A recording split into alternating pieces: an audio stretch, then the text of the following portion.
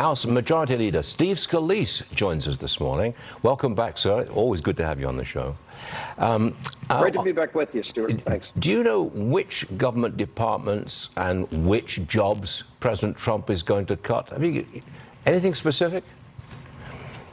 Well, it hasn't been laid out, but the irony of this whole thing is Chuck Schumer, who says how much he dislikes President Trump, by Chuck Schumer shutting the government down, he gives more power to Donald Trump. President Trump actually gets more power under the law. And by the way, Stuart, the law that says what happens during a shutdown goes back to the 1870s. And so that law basically says if there's a shutdown, it's the president who gets to decide what's essential and what's not in government funding. And so Chuck Schumer is shutting down the government to give illegals health care.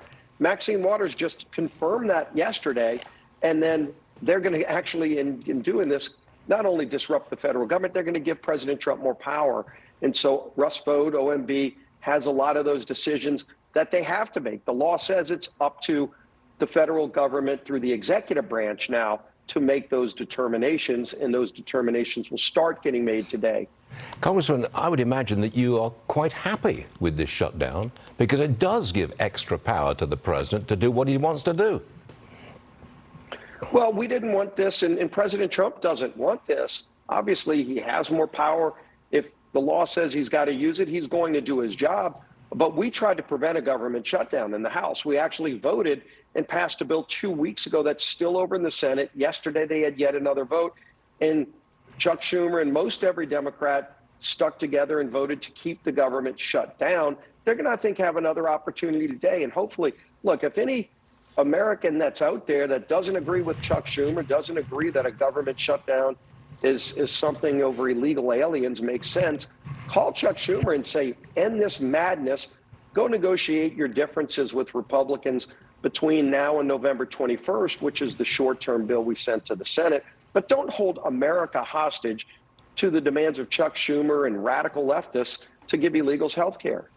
I want to bring this up. Last night, Congressman, Turning Point USA returned to Utah with heightened security for a campus event. Just watch this. There is a lot of fear right now due to the amount of violence, but I do think that more of us need to stand up, and there are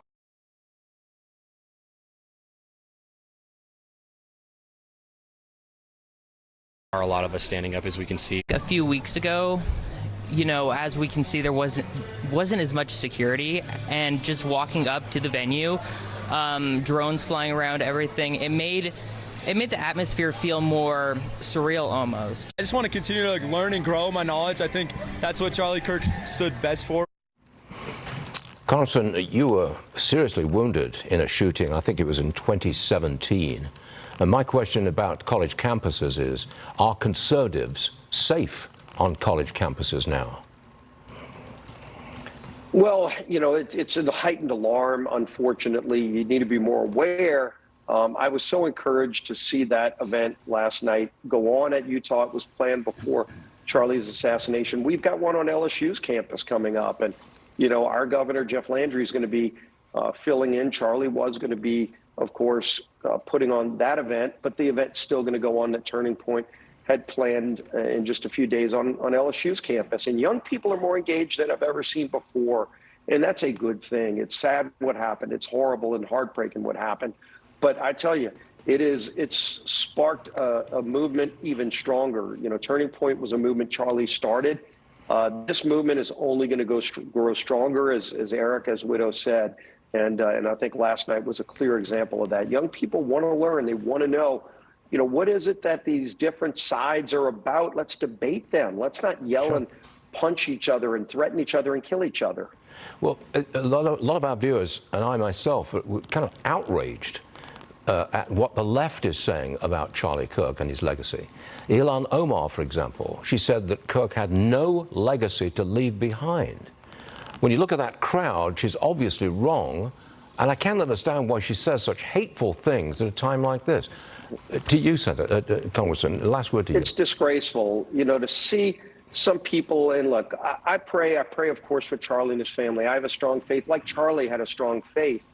But you also need to pray for people who have hate in their heart. why would you celebrate the death of another human being? You have some kind of hate in your heart that's bigger than what that person is that you seem to express hatred towards. Nobody should have that kind of hatred in their life. I pray that they can release that kind of hatred and just get back to being what America's about. America's about celebrating our differences. We don't try to kill our political opponents. It's not who our country is. Congressman, a pleasure to have you on the show, and I hope you're well these days. I believe you are, and it's great to see you. Come back and see us anytime you like, sir. God is good. Thanks so much, Stuart. Thanks. Thank you, sir.